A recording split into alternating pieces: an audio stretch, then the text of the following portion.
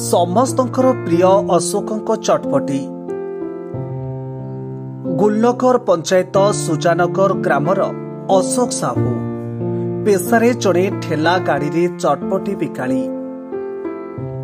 ସନ୍ଧ୍ୟା ହେଲେ ତାଙ୍କ ଠେଲା ଗାଡ଼ିରେ ଚଟପଟି ଧରି ପହଞ୍ଚିଯାଆନ୍ତି କେନ୍ଦ୍ରାପଡ଼ା ପୁରୁଣା ମେଡିକାଲ ରୋଡରେ। ଆଉ ଭିଡ଼ ଲାଗିଯାଆନ୍ତି ଗରାଖୀମାନଙ୍କର। ଅଶୋକ ସାହୁ, ମୋ ନାଁ ଅଶୋକ କୁମାର ସାହୁ, ଘର ହଉଛି ଗୁଲନଗର ପଞ୍ଚାୟତ ସୁଜାନଗର।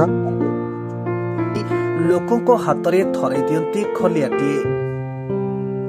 ଏ ଠେଲା ଗାଡ଼ିରେ ଚଟପଟି ବିକ୍ରି କରି ନିଜ ପରିବାର ପ୍ରତିପୋଷଣ କରିଥାନ୍ତି ଅଶୋକ।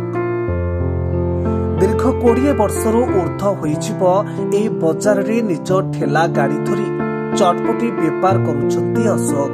15-20 ବର୍ଷ ହେଲାଣି ବେପାର ଚାଲିଛି। ଆଉ ଭଗବାନ ଦୟାରୁ ସେମିତି 15-20 ବର୍ଷ ହେଲାଣି ଚାଲିଲାଣି। ଆଉ ଲୋକ ବି ପ୍ରଶଂସା କରନ୍ତି। ସେଥିପାଇଁ ସମସ୍ତେ ଅଶୋକଙ୍କ ଏହି ବ୍ୟବହାର ପାଇଁ ଧାଇଁ ଆସନ୍ତି ତାଙ୍କ ନିକଟକୁ ଚଟପଟି ଖାଇବା ପାଇଁ। କେନ୍ଦ୍ରାପଡ଼ା ସହରରୁ ବ୍ୟୁରୋ ରିପୋର୍ଟ। ଆଉ ଲୋକ ବି ପ୍ରଶଂସା କରନ୍ତି। ଆଉ ଲୋକ ବି ଅନେଇଥିବେ ମୁଁ ଆସିବା ପର୍ଯ୍ୟନ୍ତ ବେପାର ଖାଇବା ପାଇଁ। ଆଉ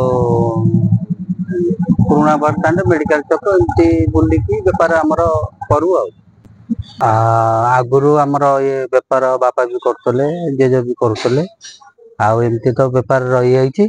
ଆଉ ଏମିତି ଆମେ ତ ବେପାର କରୁଛୁ। ଏମିତି ଦିଟା ଆମର ପିଲା, ଏମିତି ଭଗବାନ ଦୟାରୁ ଏମିତି ଚାଲିଛି। ଆଉ ସଦାବେଳେ ଏଇ ବେପାର।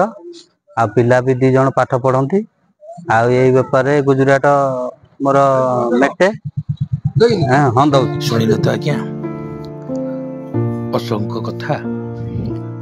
ଆମେ ଭଗବାନଙ୍କ ପାଖରେ ପ୍ରାର୍ଥନା କରିବା ଅଶୋକ ଏଇଭଳି ସବୁବେଳେ ହସୁଥାନ୍ତୁ ଏବଂ ଗରାଖୀ ମାନଙ୍କୁ ତାଙ୍କ ହାତର ତିଆରି ଚଟପଟି ଖୁଆଉଥାନ୍ତୁ। ରହିଲୁ, ନମସ୍କାର।